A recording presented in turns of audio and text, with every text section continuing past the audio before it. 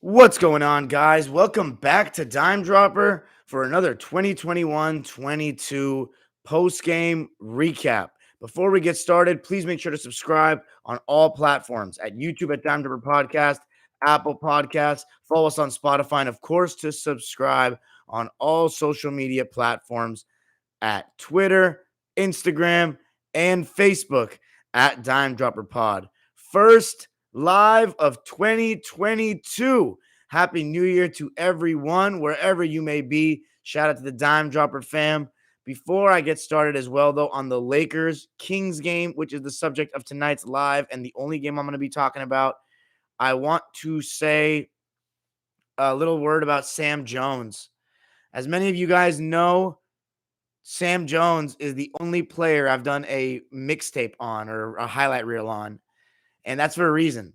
You know, throughout my studies so far, it's been about a year that I did the 60s, and obviously there's not that many full games in the 60s, so I can't do Time Machine for the 60s because there's not really any full games. Time Machine criteria has to be a full game, and so I decided that I'd take all the highlights that I could or highlights of the games that I could watch and find of Sam because nobody had made a highlight reel over 5 minutes of him because he is absolutely, from the 60s, to me, the best shooting guard that has ever played at that time. Where I'm at right now in the basketball history timeline, 1971, he is without a doubt the best shooting guard of all time. He definitely is in the top 10 shooting guard of all time conversation. He should be in the top 5 clutch players of all time conversation. Now, let me give you some facts about Sam because may his soul rest in peace. He passed away on the night of the 30th. It's really sad. And I knew, by the way, shout out to everybody, even the people that are not subscribed to me, for watching Sam Jones' video. That definitely was, as selfish and weird as this sounds, I knew that one day he would pass away in the near future because just given his age, and I knew that that would give my video more views. That's not why I made it at all. I wanted people to know about Sam. It's sad that, you know, the day before it had 400 views. He passes away. It's at 4,000 now. 4,000. So it sucks that people need to pass away for people to question, oh, who's this guy from the 60s that won 10 championships? That was the leading scorer for a lot of the greatest dynasty of all time. But you know how it is nowadays, guys. As I explained in Is the NBA Getting Better, one of my other video series, people just do not care about that stuff anymore. But here on Dime Dropper, we will. But shout out to everybody that viewed the video. Shout out to Sam Jones, the first ever player that hit a Game 7 game winner that is on video, that is filmed, 1962 Eastern Division Finals against the Philadelphia Warriors. And then in 1963, Game 7 against the Royals in the Eastern Division Finals, putting up 47 points. And then countless big shots throughout the course of his career. 69 Finals game winner in Game 4, taking over Game 5 after when they were down 3-1 against the Sixers in 68. You can go on with Sam. He's got big shot after big shot every single time he delivered. 10 rings, bank shot off the glass on that left side. Absolute money. Pull-ups going both ways, contested. Tenacious player. Great on the break. Ran the floor well. Moved the ball without the ball well. Just a total team player and a pro. And may his soul rest in peace. And as I said before, the NBA media or all these people involved in the NBA that, you know, can make films and like to make films, they blew a golden opportunity to make something on the 60s Celtics dynasty when Russell and disprove all the narratives that have gone around for decades. But they failed. And now all of them are passing away slowly. And as time goes on, less people are going to be alive that actually watch those Celtics, and it's only going to get worse. So I am going to do my damnedest to try and give them their due. Rest in peace, Sam. Go check out my highlight reel on him. Let's get into the Lakers and the Kings tonight. Lakers shooting for the third win in a row. Things are starting to look healthier for the Lakers. The only major player on the injury report tonight was Anthony Davis. The starting lineup for the Lakers was LeBron again at the 5, as we've seen the last couple of games. Last game, I did not go live, but they were absolutely getting cooked and destroyed by Naz Reid and the Minnesota Timberwolves with LeBron at the 5.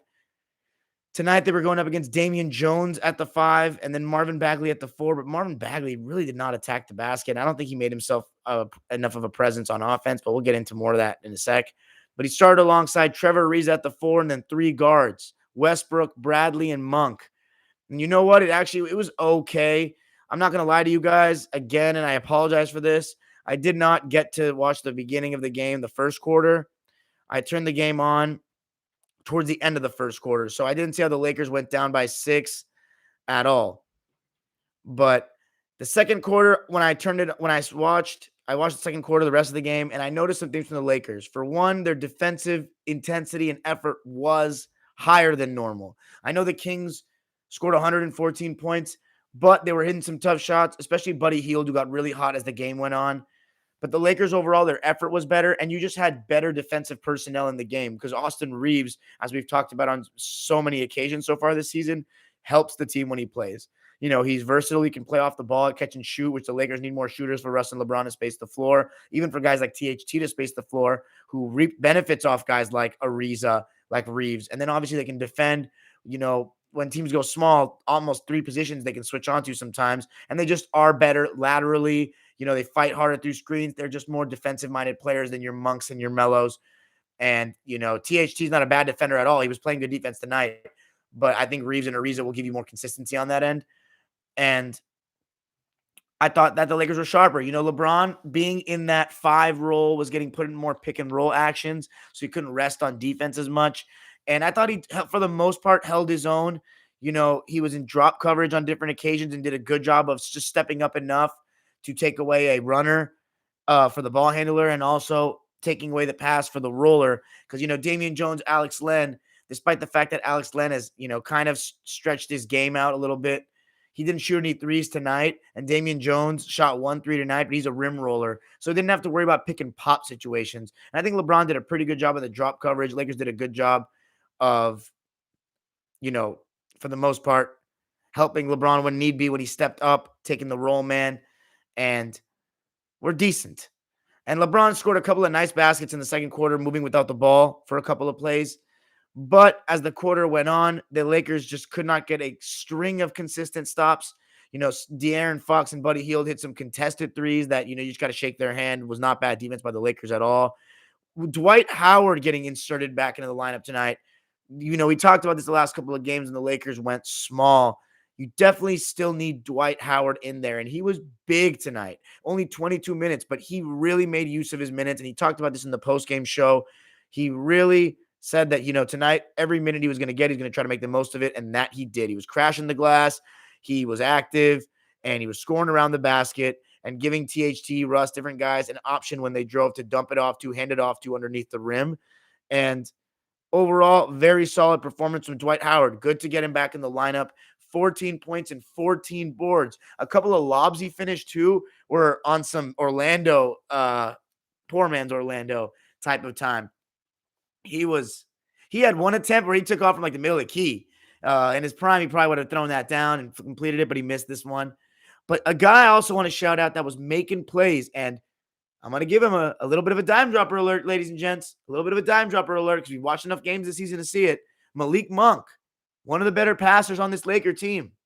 He is a sneaky dime dropper. Threw some nice lobs to Dwight today. I think 2 lobs. He's thrown some behind the backs and nice bounce passes this season.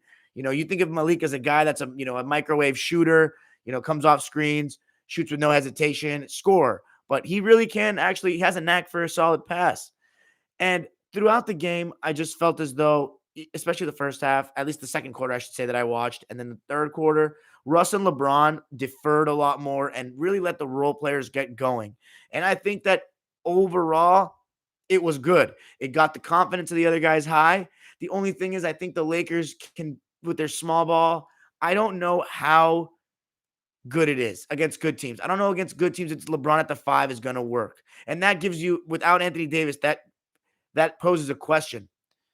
Is LeBron at the 5 just the best option you can do when Dwight's not in the game? Should they start Dwight with AD out? Because DeAndre's a liability. But I think, with DeAndre, part of why he was a liability was because he was playing in the starting unit and he's playing against better players, against the other team's best players. If you put him in for stretches with the Dwight lineups against second unit players, I think he can be a little bit more passable. But let me know if you guys think that just LeBron at the 5 is even better than DJ. I mean, the Lakers have won 3 straight games, so you're probably going to tell me LeBron at the 5. I just think that sometimes the Lakers can look a little bit thin And LeBron is still a forward. He sometimes gets those swipes and he's a physical, big, like strong guy. But overall, against guys with real interior presences and guys that really have touch around the rim, like Damian Jones ain't bad. Alex Len is a decently skilled player, but these aren't go-to guys. These aren't guys that are really going to put a lot of pressure on you down low consistently. This team, Sacramento, they're all about De'Aaron and Tyrese in that high pick and roll. And the Lakers did a decent job of taking away De'Aaron Fox line drives tonight, but he still got off. Maybe I got to rewatch. In the first quarter he had some, because I didn't see too much line drives. They did a good job of LeBron stepping up and different guys stepping up, switching certain matchups. Not too many of them. I think they played most of the pick and roll straight up, the Lakers, but they switched certain matchups that were harmless.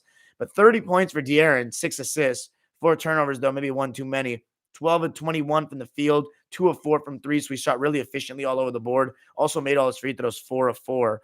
But again, with LeBron at the 5, I would like to see De'Aaron Fox try to get to the line a little bit more than that.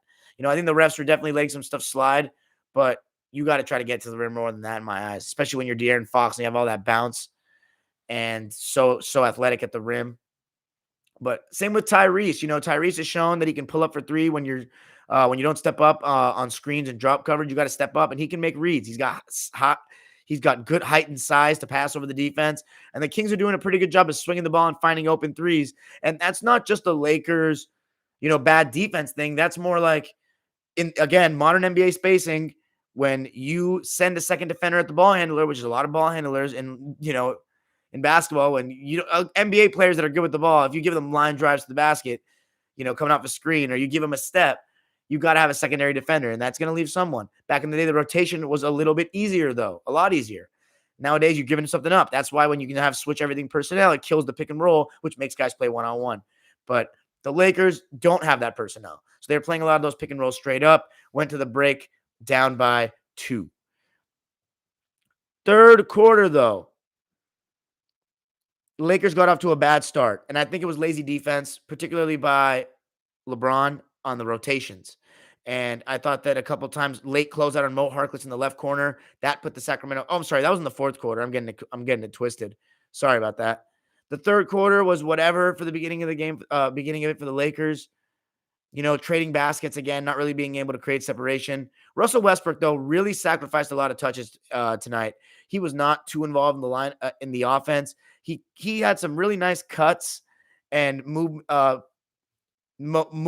moments of movement off the ball, in the dunker spot and different spots throughout the game. But overall, 7 of 19, and I thought he just wasn't too involved. You can tell with the 2 assists. That's nothing for Russ.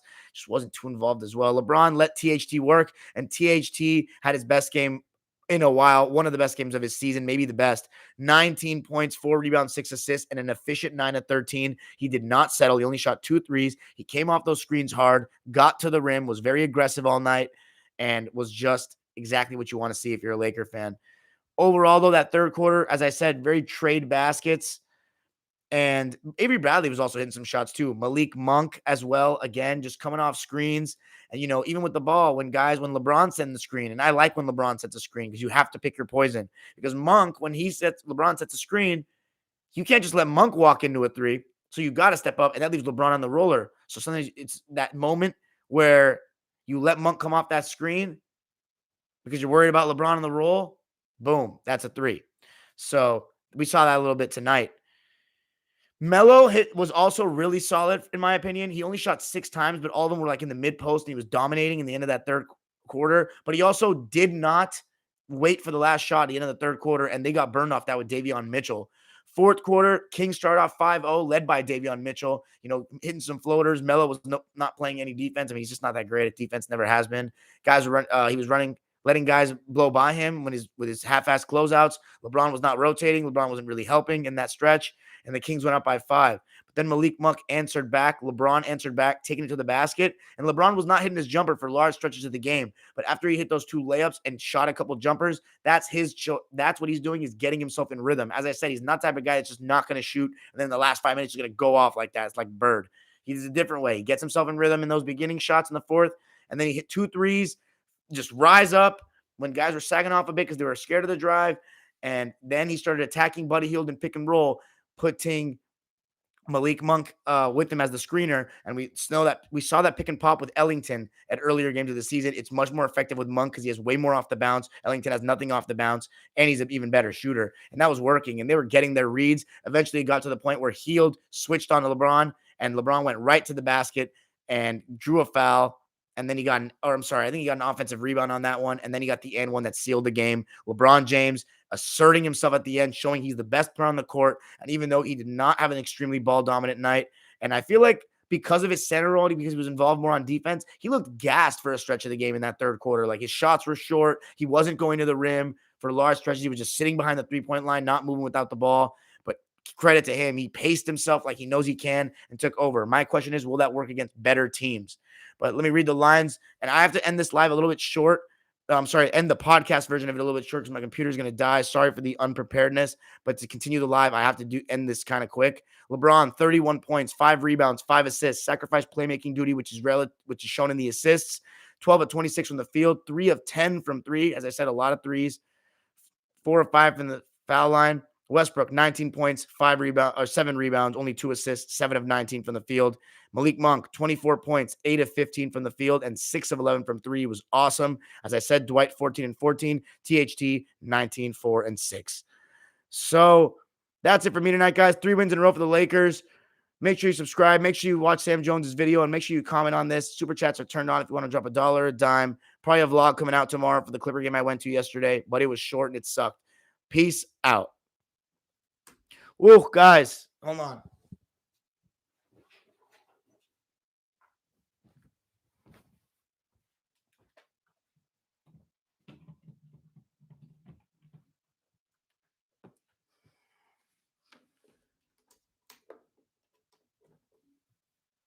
All right, he gets it off in time. What's up, Dime Dropper fam? By the way, I wanted to say 19 of us. Okay, pretty good. 3-game winning streak. Let's go, says Pasha Man. Enrique Rodriguez, what's up? Enrique, what's up? Showtime Nick, what's up? Collins Dang.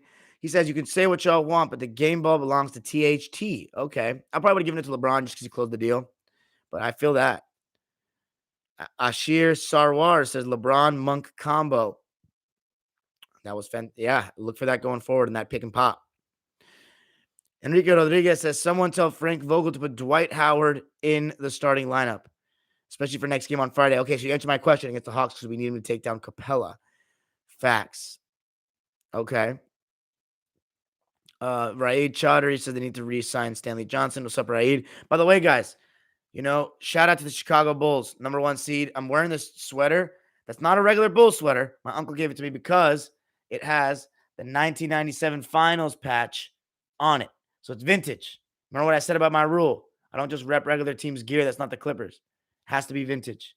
97 finals. So I messed with this hoodie.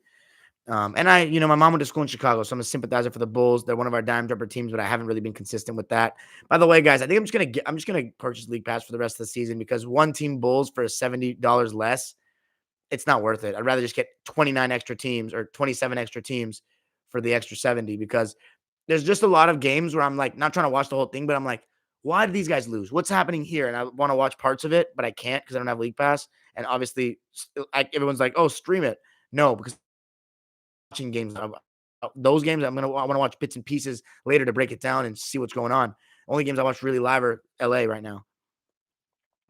Joe Black, what's up? Joe Black Wolf says, Dime, you're a hardworking man. Got to go to work. Catch up on vid later. Thanks, man. Ashir Sarvar says, Dwight played excellent today. Collins Danks talking about Antonio Brown. Jack Dawson says, LOL, Lakers still not winning a ring. First round exit. Showtime Nick said lag. Uh-oh. Is it good now? What's up, Simpleton Study Hall?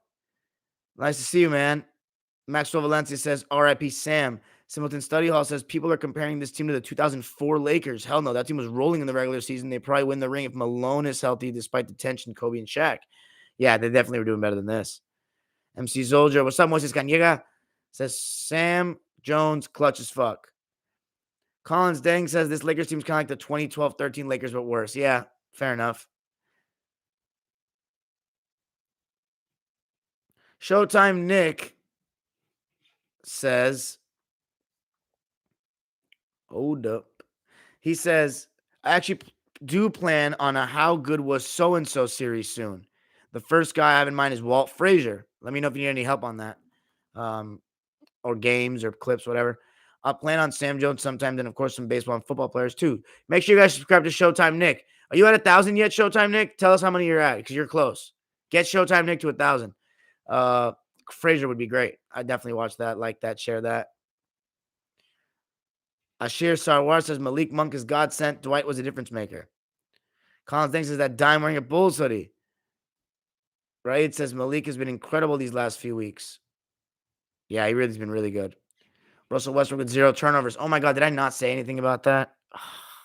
I was gonna say so. I can't. I got rushed at the end. That was my fault. But fuck, that was a big part of the game. Ashir Sarwar says, oh, Enrique Rodriguez says Dwight needs to start. Raid says cut DeAndre. Ashir Sarwar says LeBron at the 5 is defensively very bad. Our rebounding goes down the drain. That's true. Gabrielle says Dwight Howard, or Gabriel says Dwight Howard is so clearly the difference. I swear to God, every time this guy plays, he's a positive impact. I feel you on that. And he's so professional about it as well, he says. Vogel cannot play him for 3 games, and then once they call his number, he goes out and plays his heart out. He's so easily the difference. Feel you.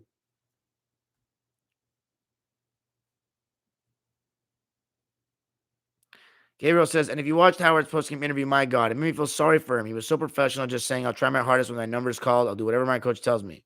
Right, Chowdhury says, Darian, how was Star Wars Night at Crypto Arena? It was a terrible game, man. The vlog is going to be very short.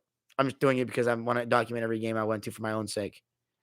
Clippers got the Suns and Grizzlies next. Yeah, we're in trouble. I'll probably go to the Grizzlies game. Ashir Sarwar says, I think Dwight saw he is best with LeBron. He already went away to Philly, but came back home.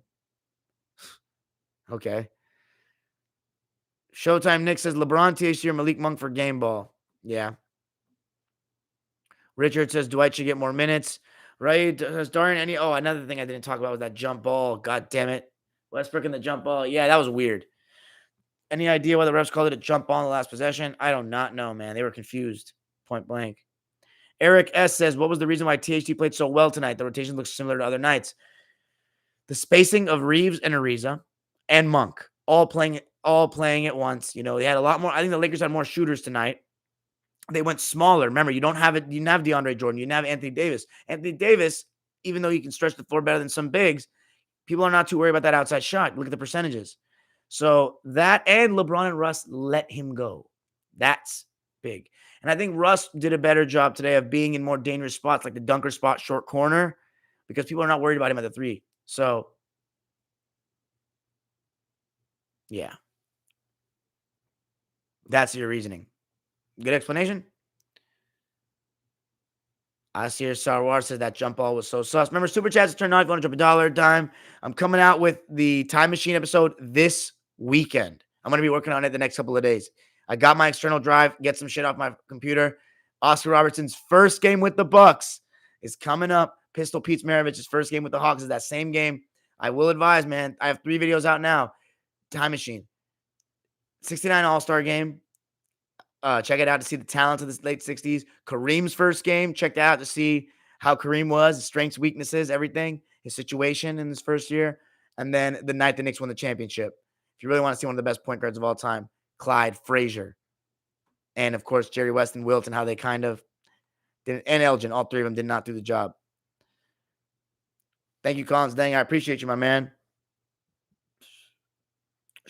Raid says, are the Bulls contenders or pretenders? Well, they're absolute contenders to go to the Eastern Conference Finals if DeRozan and Levine play amazing in the playoffs. Remember, DeRozan has a reputation, and he's had bad playoffs a lot. Basically, besides 2016, every single playoff that the Raptors had was underachieving and disappointing because of him and Lowry. So it's going to be big. He's never had a better scorer than him on his team, though, and now I think he does with Zach. If you want to argue it, 1A, 1B, sure, but I trust Zach more. Just his 3 levels, his athleticism, his youth, and I just like his bag. So they're out, but to win the actual championship, pretenders. They're not winning the championship this year, right? Unless everybody gets hurt. I just don't see it. Even yeah, I don't see it. League Pass, it's like it's like 200 a year, basically. But you can rewatch every single game even after it happens too. Right? Chowdhury says, who was more clutch, Sam Jones or Kobe? Well, it's different. Kobe was, had the ball, clear out, get out of my way. It was a different culture in the 60s. As far as who made more big shots in the playoffs, probably Sam Jones. Kobe's the better basketball player, so I'd want the ball in his hands at the end. The only thing that's tough about Sam, though, is we don't have a lot of these moments on video. Kobe, we have his whole career on video, so it's a little bit harder to say between those two. That just played in two different eras that were too far apart. But if you want to talk about clutch scorers of the 60s, besides Jerry West, Sam Jones is right there. In the playoffs, Sam Jones, unmatched. Showtime Knicks at 905. Go subscribe. Who will be an all-star first? Ask Ethan. LaMelo, Ant-Man, or Shai? Or Shea? That's a good one. I'm gonna go out and I'm just gonna give my boy his. I'm just gonna rep my boy SGA. But this team's so bad. There's no they tanked. You know what I'm saying? They got all their picks from us and Houston, but picks are just picks. Giddy's good and he's good, but who else? I don't think Baisley's that good. Lou Dort's good. Need more. So we'll see. I just don't think they're going to make the playoffs if Shea's team is so bad. Hayden Sigurdsson, what's up, Hayden? Says, I was just rewatching Spurs Pistons 05. It's like a different sport. I don't know how you can compare eras. Yeah, bro. How much physicality were they allowing? Because that's like two gridlocks defensive teams. Simpleton Study Hall says, I'm done with the 1990 and 91 playoff dunk compilation. I'll upload them soon. Simpleton Study Hall, get on Twitter, please, bro. You need to get on Twitter, dude. The world needs you. It's the fastest way of, getting information for these old school. I'll retweet every single one of your tweets, and you're going to get 100 followers by the end of the week. I promise you, if you keep retweeting that, especially if you tweet Jordan shit. If you tweet Jordan shit, it's so easy to get followers. So, dude, I think you should do yourself a service and get on that thing. There are really good content creators that I even learned from. Old heads, bro. Old guys that were there for Wilt, for Russell. So I'm telling you, I just recommend it. It's better than YouTube, dude. You're in the dark. Even if you're on Reddit or something, Twitter's great for that stuff. Just try to stay away from the Gen Zs and not fall into arguments with these idiots because there are a lot of them on there. Millions. Showtime Nick says, if you want to send me Walt Frazier clips, that'll save me so much time. Yo, Showtime Nick, check my playlist out. I have that for all you guys. I purposely have a playlist, 60s and 70s. Every single game I watch, guys, every single piece of footage I watch in terms of game footage is there for you guys. I do it for you guys to see it. If you want to document my journey, if you want to watch the games I'm watching, they're all there on my playlist on the channel. 60s is completed, but I'll always add if new videos come out. 70s is in progress, but that's everything for the 1969-70 season is there. So you guys can watch that. And so Showtime. So check any games with the Knicks, and those are all your resources. Right? Ask, who am I bigger fan of, Chris Paul or Kawhi? Right now, Kawhi. I'd say right as of now, if you ask me, I'd say Kawhi. Chris Paul's done more for my life. I relate to him more on and off the court in terms of personalities. I'm definitely not like Kawhi. Would Kawhi have a podcast? The least person you'd think to have a podcast. So Chris Paul. I do love Chris Paul. We'll see when it's all said and done, but as of right now, I got to recommend the current guy because he helped us that game against Dallas. Chris Paul has never had a playoff game for the Clippers like that. Even Game 7 against the Spurs. Ooh. Game 7 against the Spurs is tough because it's a better team. Dallas is cupcakes compared to that team.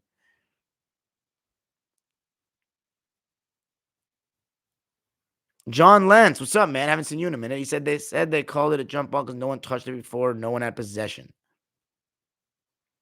Right? It says Elgin Baylor, Sam Jones. Oh, that's not a debate. That's definitely Elgin Baylor.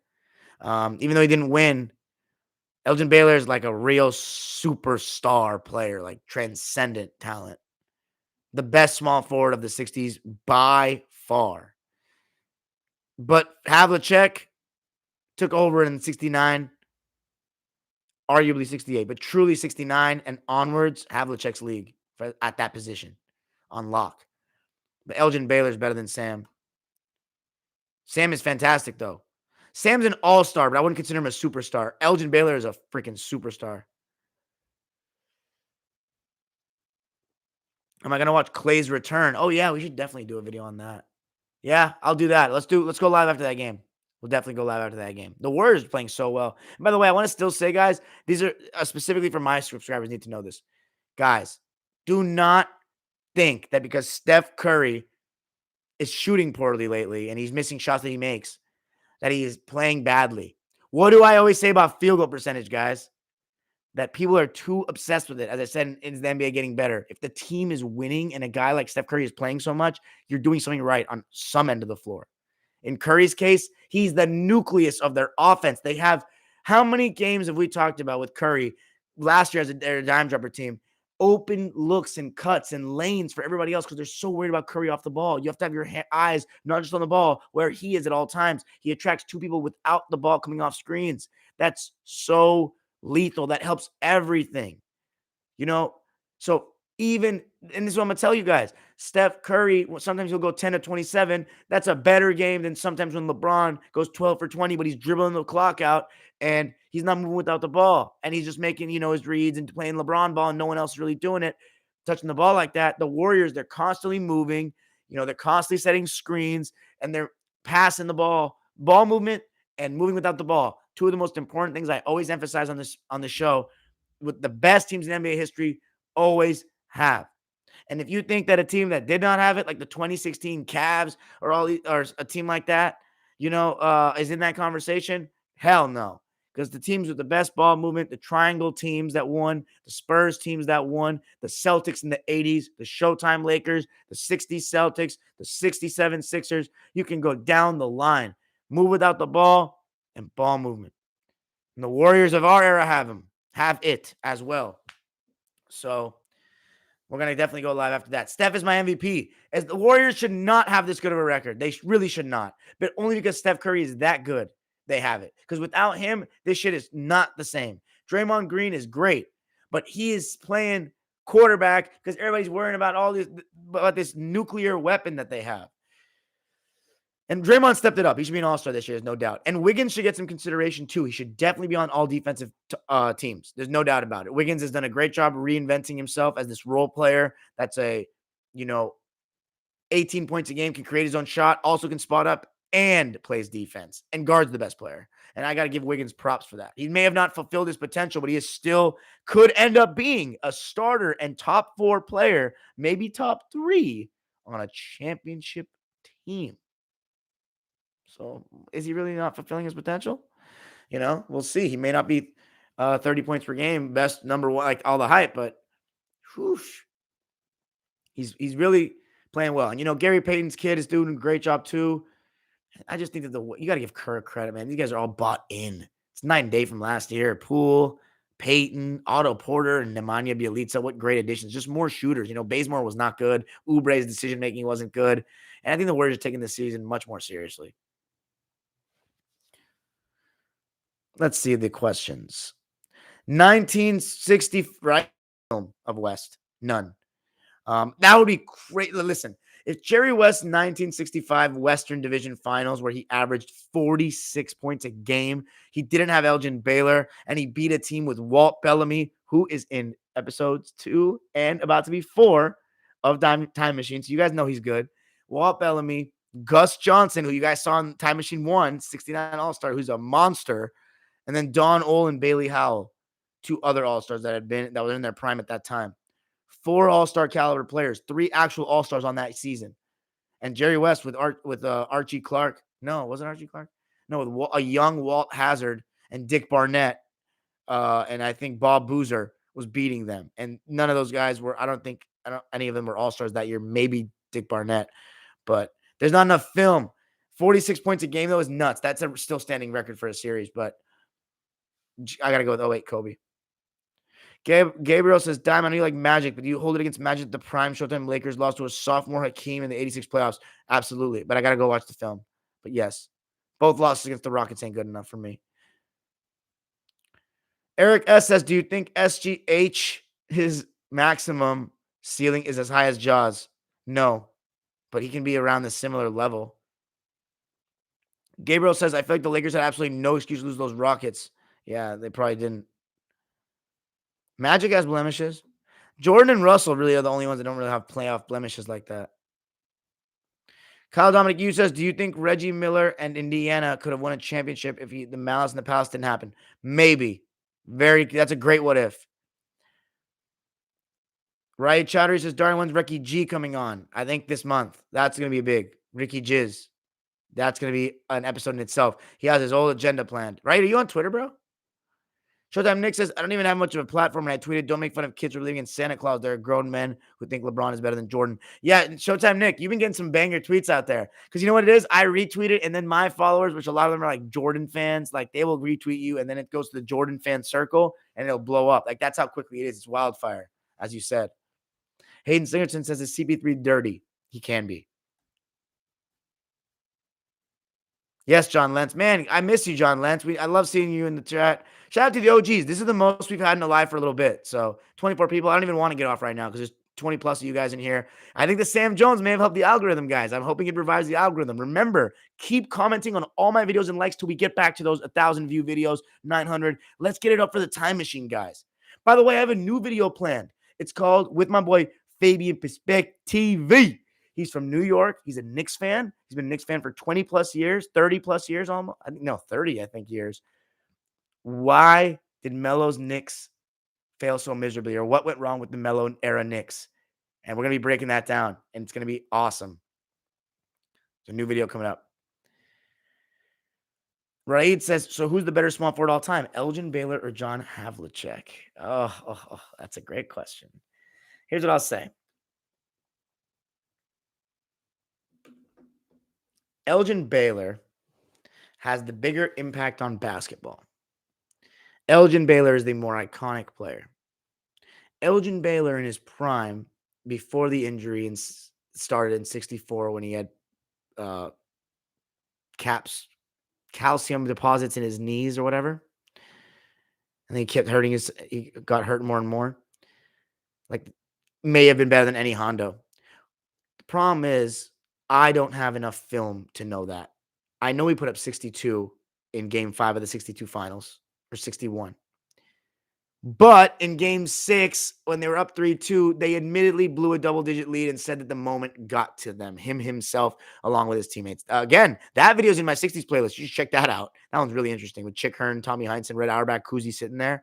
That was really interesting. And the footage was there too. Jerry West made a game winner in that finals on a steal at the sports arena.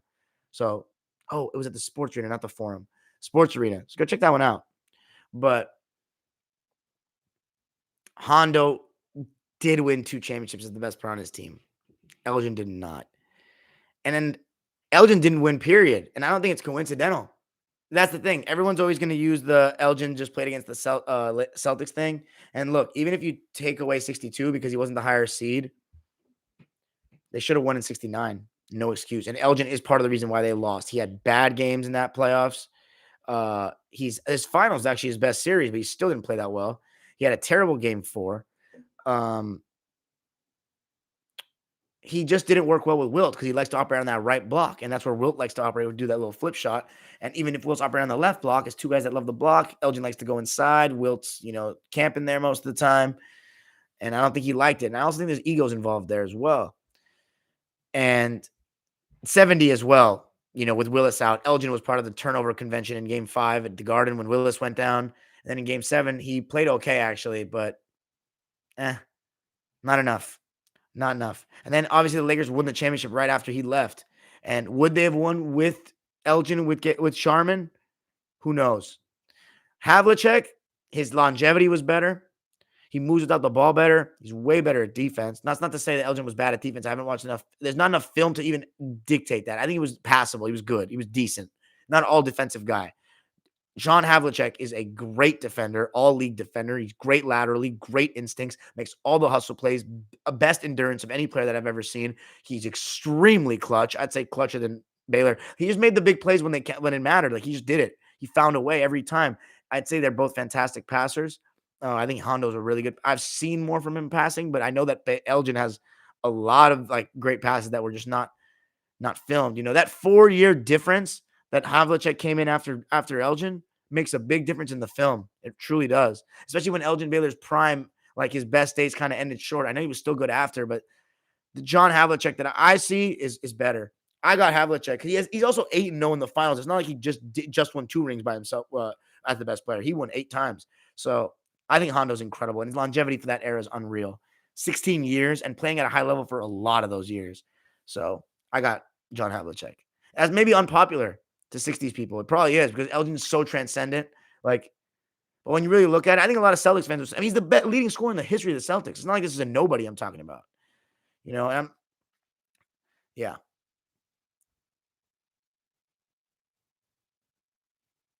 Yeah, Showtime Nick said the same thing about the field goal percentage thing about how Kobe in Game 7 of the finals just found a way. Kyle Dominic Yu says, Steph having bad shooting games usually means Wiggins and Poole have good ones. I usually notice that theme. Good observation. Riot Chaudhary says, Nikola Jokic is my MVP. Well, that's not, dude. Steph, what happened last year with Steph was putting up great numbers and stats and all that, and you guys say this team wasn't good enough. Same thing with Jokic. Kyle Dominic Yu says, how confident are you in the Warriors? Young guys come playoff time, like Poole, Payton, and guys like them. I think Payton is ready because he's a role player and he scraps. He may not make shots, but he'll find a way because he's a scrapper like his dad. Poole, I think, will be fine. He may have some bad shooting nights, but I think he's going to have some big shots because he plays with confidence. And maybe like at the Final Four levels, he'll have some bad moments, but overall, I think he'll be okay. Hayden Sigurdsson says, who's the worst NBA media member? And I don't know if this counts, but for me, it's nobody worse than Nick Wrong. He's terrible. Skip's not much better, though. Simpleton Study also says, who's more underrated, Adrian Dantley or Alex English? I got to watch the film. They're both equally underrated. Alex English to not make the top 75 after leading the whole decade in points. I'd say Alex English, probably. Right? It's a damn Darian. You said all that and still took Kobe. Yeah, man, that film. It just sucks with the 60s guys like Jerry. I got to. Jackie says, does this remind you of 2013 Lakers? A little bit. That team was more fun to watch, though, because Kobe was on different time. LeBron's been playing great this season, but I still take that Kobe. Even with the stats disagreeing with me. It's a different era again. I'm going to emphasize that. Is Monk better than... Okay, Mazza, you're back and back to your bullshit. It's good to see you again, though, Mazza. Kyle Dominic Yu says, if not mistaken, Artest was an MVP candidate before the Malice in the Palace. Crazy what would have happened if the brawl didn't happen. Right? It says, Darian, who's your first ever subscriber? I don't know, like my sister, like, people on my team, production team. Joel 960 says, where do you rank Tony Parker in point guards? Whew, I think he's probably in my top 10. Again, I don't have a list yet. That's going to come with the film at the very end when I'm done with the whole timeline, and you're going to have the video. The video's going to come out after I've watched every era. I know y'all are going to be excited for that. We'll hopefully have a lot more company by then. But man, imagine watching some of these videos after they've watched every era and like put in hours and hours in time. And it may take years. Probably it's going to take a couple. But I'm going to have those videos in my honest opinion. And a lot of people can disagree with a bunch of shit I say because they think of the game differently. But I know you guys are going to have my support and what I think because it's all opinion. And I put in my time. So that's going to be top 10 probably. Simpleton Study Hall says, people talk about Plumbers, the least athletic superstar center of all time, plays in his prime right now. Other white superstars like Bill Walton and Cowens were way more athletic. That's facts. Cowens is way more athletic than Jokic. Not even close. That's a great point. Simpleton Study Hall, bro, you need to get on Twitter, dude. Please, I beg you. I'll pay you $5 to get on Twitter. We need your knowledge there. Yeah, we know you're talking about Jokic, bro. Hayden Sigurdsson says, thoughts on the Antonio Brown situation, and can the Bucks still win the Super Bowl without Brady's best weapon? I think that the Bucks can still win the Super Bowl. That was weird. Antonio Brown's clearly got mental health issues. Maybe it's because of that hit, but I don't know. Riot Chowdhury says, Darian, who's the better defensive player, Orlando Dwight or current Rudy Escargot-Bear? I'm going to go, I'm not a Dwight guy, but I'm going to go with Orlando Dwight. He's just so bouncy, and he was unreal. Kyle Dominic Yu says, weird non-NBA question, but Dime, what inspired you to talk basketball on YouTube? On YouTube specifically or a podcast? Right? Chowdhury says, wow, best you've ever seen. Hondo had better endurance than these crazy. No, way better endurance than Wilt, LeBron, and MJ. Do you guys don't understand what Havlicek actually does? Havlicek has like I think he has like an iron lung or something. Like he has like I think he has biologically like he actually has like some kind of thing where he can actually breathe more. He never gets tired. When you listen to guys talk about LeBron and Jordan and Wilt, you hear that they had they're superstars. Like their conditioning is obviously amazing, but it's not like Hondo. Hondo's one of those guys that he never got tired. He played a whole freaking finals without sitting a second in 1969. 7-game series till the death, and he played every second of it. That's unreal. That's not being done by Jordan. That's not being done by, and he's probably guarding good players. I mean, I know he's probably guarding Keith Erickson in that series a little bit. He probably guarded Elgin, though. He probably did guard Elgin a lot. He runs. I see how much he runs and the pace that they played at in the 60s. There's no one with better endurance than him. He's the best ever for me. Wilt, he played a lot of those minutes, but he's not running like Havlicek. He's a big man. He stays in the paint for the most part. Havlicek's going all over the place. Right? Chowdhury says also they will have Klay Thompson by then, so there'll be a lot less pressure on Poole. That's facts. Darian, we all know LeBron is the greatest year 19 player ever, but is he also the greatest year 17 and 18 year player as well? Probably the best year 18 player, but he did get hurt and didn't play well in the playoffs. But just because of the way, like the shape he was in, I'd say yes. 17, you can definitely say so, but I would give 2013 Kobe. Like I would take 2013 Kobe personally. That's personal preference, but it's no doubt that LeBron had a better season because he won the championship in the Finals MVP. But I would take Kobe. Kobe's the best year 17 player I've seen. LeBron's right there, though. You can go either way. I just like Kobe's game more because the confidence and just the assertiveness down the stretch. And at that point, he had figured out like how to lead and how to get the most out of other guys. And yeah. Kyle Dominic Hughes says Jordan Poole just scored 32 off the bench. Damn. Simpleton Studio says 1988 Mavs and the 86 Bucks are the two best teams of the 80s to not win a ring. I feel you. I haven't gotten there yet. No spoilers, Simpleton. Edward, what's up, man? Missed you at the game yesterday. Says refs gave the Lakers the win tonight, just like 2002. What a shame. Dude, that was one call. Come on, man. Kyle Dominic says, is PG confirmed out for the season? No, he is not. He's supposed to be reevaluated in about 2 weeks. Right? Chowdhury says, Darian, that'll be amazing, man. I'm hella excited when you reach the 80s and start covering Magic Larry Irving. Yeah, those videos are going to be insane. I can't wait. I can't wait to watch the film, but I can't wait to show you that film because I know the views are going to go up too. But enjoy these guys while we have them, guys. I don't have that much videos of them. So the Fraziers, the West, I'm going to get a couple more Jerry West out there. But like this guy's a top 5. If you have him in your point guards, like if you like Steph Curry as a point guard, to me, Jerry should be a point guard. Top 5, no question. None. 0. Like the fact that you got guys like we're talking about Chris Paul, Kyrie Irving, Kidd, Nash. Like, no. Jason Kidd's in a different galaxy than these people. Jerry West is in a different galaxy than these people. He's Oscar Robertson. I like West more than Robertson because of his defense. He really shuts down people, and he's amazing in the passing lanes. This guy that's been posting old newspaper articles on Twitter, guys, has been posting articles where they had Jerry West getting 8+ steals in multiple games. One game he had 10 steals. Could you imagine if that happened now? What the crazy buzz. Imagine what that looks like in the stats. That means he averaged 5 steals a game probably some of these seasons, guys. Think about that. I know that's because of pace and recklessness of the way they played, but 5, such a beast.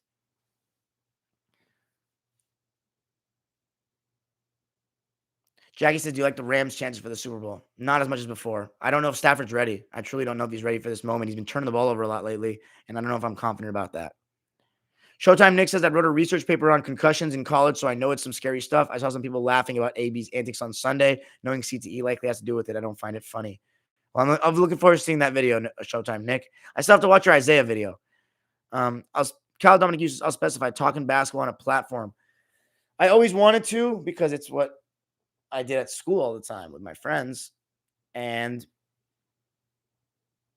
yeah, I don't know when I had the inspiration to do the timeline, but it was the timeline was one of the reasons I started it too.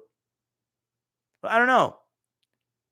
I just thought I always wanted to. Towards the end of college, I started thinking about it. I was like, man, I probably should start a podcast and just live out my dream because I want to. You know what really inspired me was all the smoke.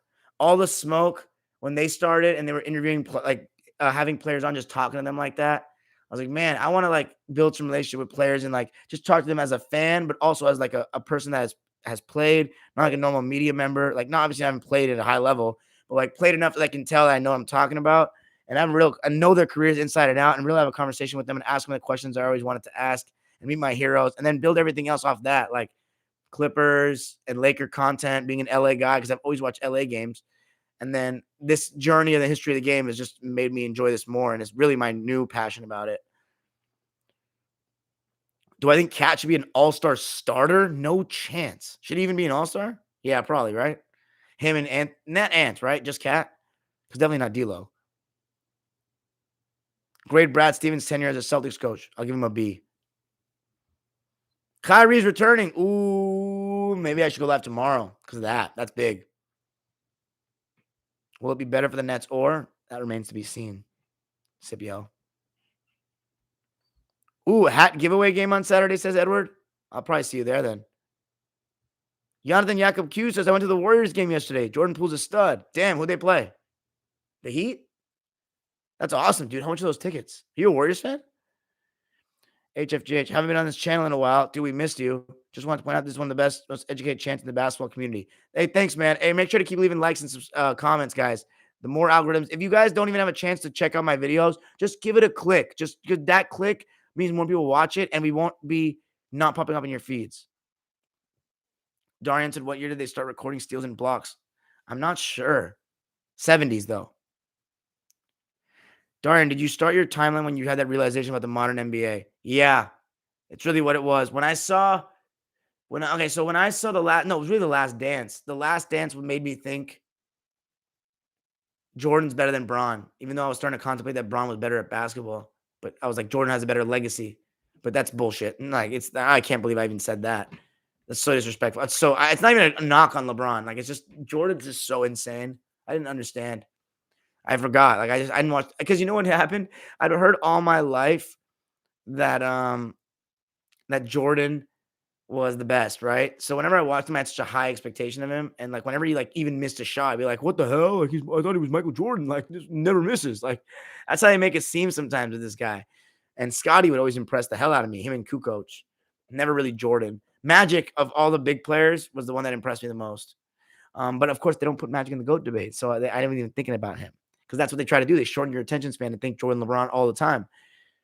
What really opened my eyes was when after the Last Dance, I was just like that. Plus, they were showing old games on NBA TV, and I was starting to remember of like how different old basketball is. And I was like, man, like I've been watching the modern NBA for so long, and I stopped watching classics that I forgot how different this shit is. Like I forgot how much these guys posted up and were like good at it.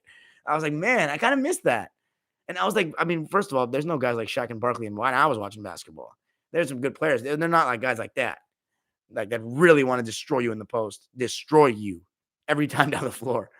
But yeah. So basically, when I left college and I was about to start the podcast, I was watching my friends. I told my friend NV, I was like, let's start watching some old games till the league comes back, starting with Magic first, like 1980, and see what we can find playoff games. So that's when I watched the 1980 finals and the conference finals. And that's what inspired me to make those videos, is the NBA getting better. Because when I saw them playing, and I had seen 90s, 80s, and a little bit of 2000s the last couple of months, I realized how athletic the guys in the 80s were. I was like, whoa, like where'd this bigger, faster, stronger thing come from? Like these fools are crazy. Like they're real. They're just NBA. Like again, I'm gonna keep saying this. They're NBA players. Like these guys have been NBA players for 40 years. They're great. They're the best athletes. It's not some drastic difference like everybody tries to make it. Like, oh, I don't know if this guy could get his shot off today. What? Guys, these are amazing players. It's not the Stone Ages. Just because they shoot more threes and dribble carry the ball and crossovers like me. I do it because I grew up in this era. That's how we dribble. So that was my realization. Oh, so when I saw Magic and Kareem, I was like, okay, if LeBron's in the GOAT debate, these guys should be too. So I'm just like, you know what? It's all bullshit. The media's bullshitting everybody. So I'm going to go back and start with Russell because I was neglecting them, the 60s and 70s. I'm so happy I went back. My knowledge wouldn't have been close. That's ignorant to not look at the 60s and 70s. It's not even that crazy different. It's just you got to get past the 3-point line not existing. It's not a big deal to me. Time machine when, sir? This weekend, Scipio. Eric S says, please go live tomorrow for Kyrie's return. Okay, but you guys don't really come. Are you guys going to come? Because I don't really get views outside of Lakers and Clippers like that. And I don't want to kill my algorithms. Jonathan Jakob Q says, yeah, they played the Heat. I'm a Celtics fan because my dad liked Larry Bird. I'm from Manila, Philippines, but I go to the Bay Area for vacation, so I have respect for Steph and the Dubs. That's dope. That's dope. Offensively, Luka is more comparable to Chris Mullin than Larry Bird, says Simpleton Study Hall. Was that Chris Mullin this good of a passer, though? Because Luka's a really good passer. Right? It says, I've heard all my life LeBron's the better player, but MJ was greater. Now, let me ask you this, Raid. What age group are you hearing that from? Do I think DeRozan can win MVP? Ask HFH. No.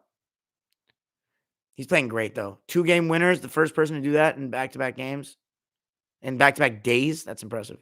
Right? It says, I also miss how diverse the game was. It's just mainly high pick and roll nowadays. The Warriors are an exception. Facts. I always say that. Eric S says, would you rather be the biggest NBA YouTuber or play in the league for 3 years on a minimum? Oh, my God. There's nothing that beats playing in the NBA. Come on.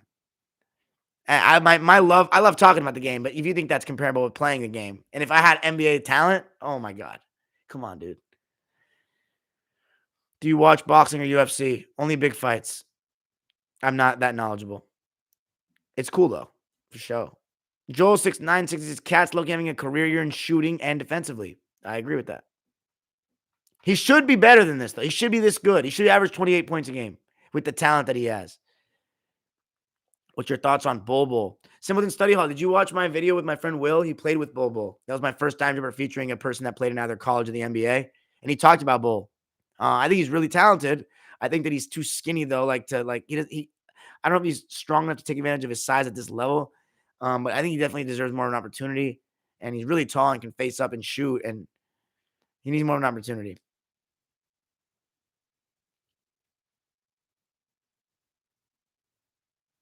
I mean, Joe's 960, you say it's not showing winning wise with Karl-Anthony Towns, but they are winning more than they have in any year besides the Jimmy Butler year with him. Riot Chowdhury says, also the dribbling rules. Darian, you should one day make a video on the evolution of hand placement. Bro, I'm trying to make a documentary one day when I get money on a real platform like Showtime, like when I get like decades down the line, the evolution of ball handling. That needs to be done because everyone needs to know it will turn heads. It will change opinions. And I want Earl in there. I want Frazier in there. I want Iverson there. I want Hardaway Sr. there. I want Isaiah there. I want Kyrie Irving. I want all these pioneers, like all the guys that pushed it. Poor Pistol Pete Maravich isn't alive, but we'll definitely talk about him. And then the street ballers, like the Marcus Haynes and all those guys that set the table. Does it surprise you that the Bulls are first seed in the East? Absolutely. Crazy. Gen Z Bots on Twitter, Darian says, Raid.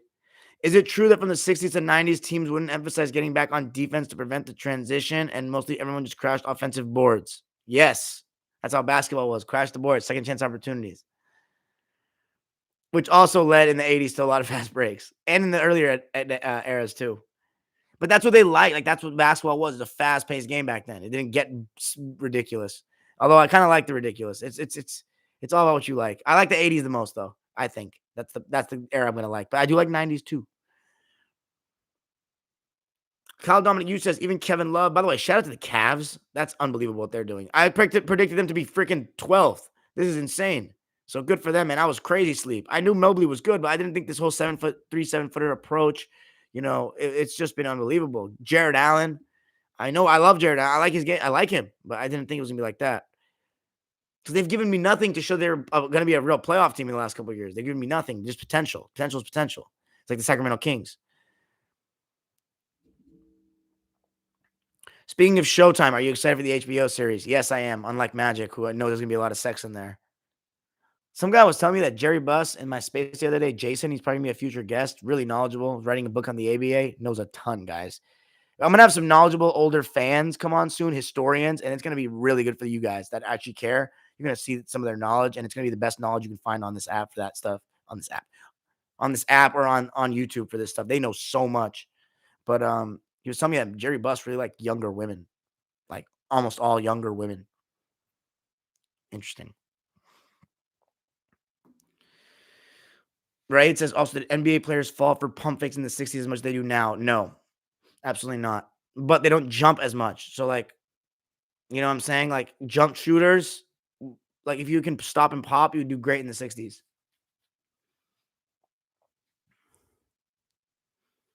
Do you know why it changed from purely crashing to getting back on D? Well, I think the Warriors and them started taking advantage of transition and transition threes.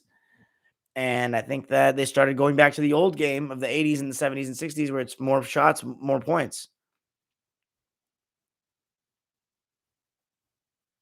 It's because teams started pushing the pace again. So they wanted to stop the pace. The players get away with travels as much. They didn't get away with as many travels on when you're gathering to shoot or go for a layup, but they get through the way they get away with travels is rip throughs and sometimes shuffling their feet in the post. That's the 60s and 70s and sometimes the 80s. HFH says Garland should be an all-star, in my opinion. Okay. I'd have to look at all the rosters and pick mine. Who has the best pump fake in the history of the NBA, says Hayden? Larry Bird's up there. Probably Larry. Kobe and Jordan are really good too. And Jerry. But I'd probably say Larry. It's really believable.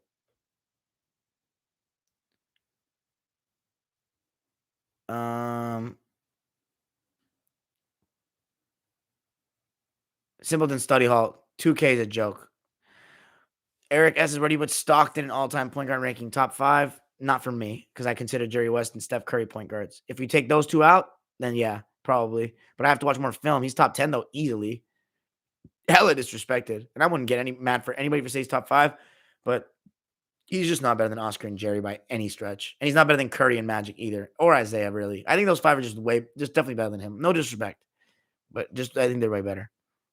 How do I feel about Cooper Kupp's season with the Rams? Asked Jonathan Jakob Q. Oh my goodness, unbelievable. He's been insane. I didn't think he was. We lacked that receiver in the Super Bowl, that elite receiver who can just make plays. He's become that guy, and we've seen him grow here in LA. So it's been unbelievable. Showtime Nick says Jerry Buss liking younger women. That explains what made him want to have the Laker girls. Oh, but they not that yet. I'm talking younger than that, my friend. Scipio says, was the jump shot different back then? And all the highlights of Kuzi's Jay always kicked his legs backwards. He has an interesting Jay. Sometimes he would take floaters from 3, if that's what you're referring to. But he had more of a set shot, Kuzi. Not a stop and pop, a set shot.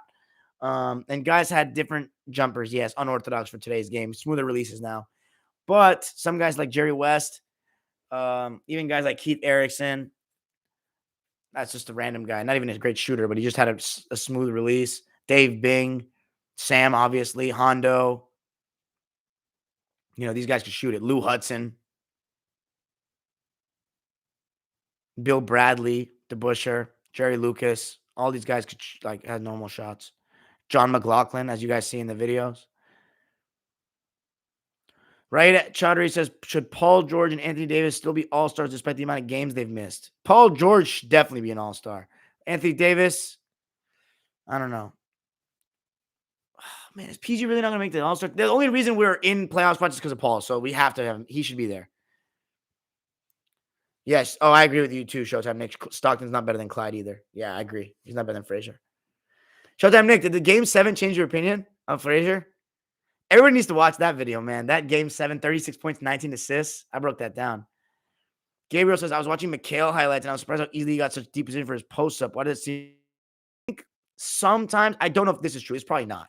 I think sometimes they let a little bit more physicality. Okay, no, there's no way to let more physicality go then. I think what it is, bro, is because the floor was we played a couple feet further in. Like just generally basketball was played a couple feet further in. So those positions are considered a little too deep now, considering how stretched it is. But if you look, the best players still get those positions.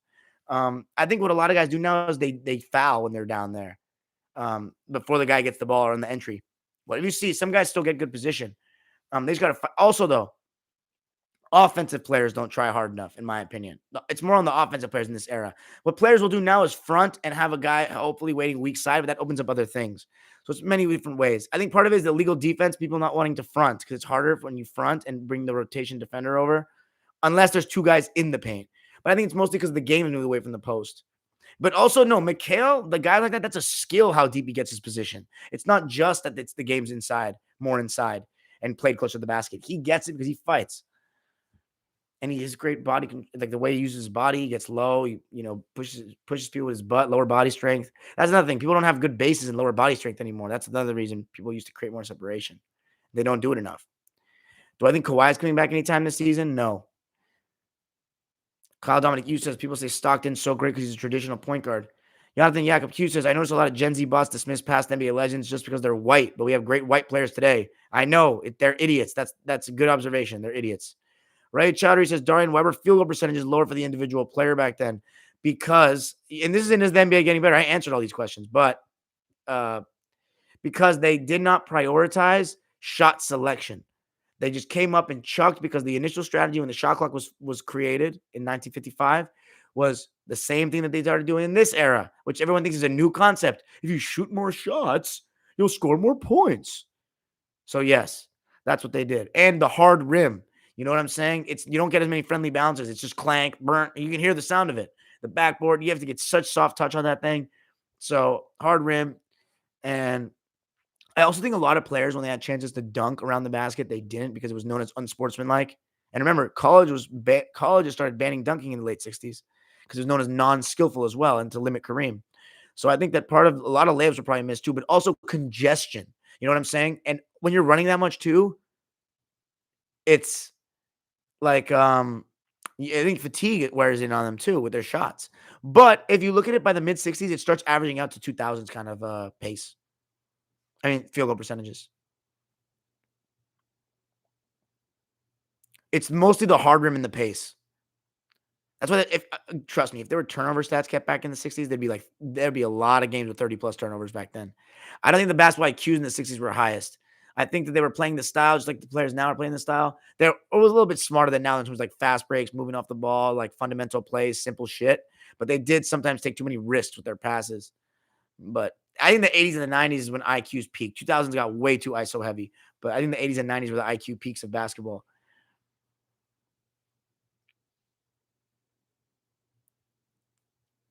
Yeah, that Cup did tear his ACL that Super Bowl year. Thanks so much, Ericus. I appreciate you, man.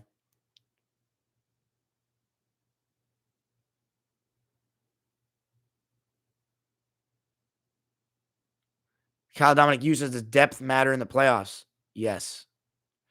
I feel you right. No problem, man. Hey guys, I'm gonna get off. It's been an hour. It's been great though. This was a fun one because we had 20 plus people. Make sure you give a comment once I end this stream. Comment, algorithms, whatever you want to comment. Every time you see my video, even if you can't watch, just toss a like and toss a view, and then try to watch it later if you can. If not, that's okay. But at least we get that view in there because we can hopefully get back to where we belong. Let's build this channel. Let's get more people involved. Guests are coming on soon, thick and fast. We're gonna have 2 historians come on in a couple of months. It's gonna be awesome. They're gonna really talk about that era and really know more about it than I could, and because they're around or have done their research for years. And then if Ricky G comes on, it's going to get popping in here. And then more and more. We're working on X players this year. Thanks, guys, and peace.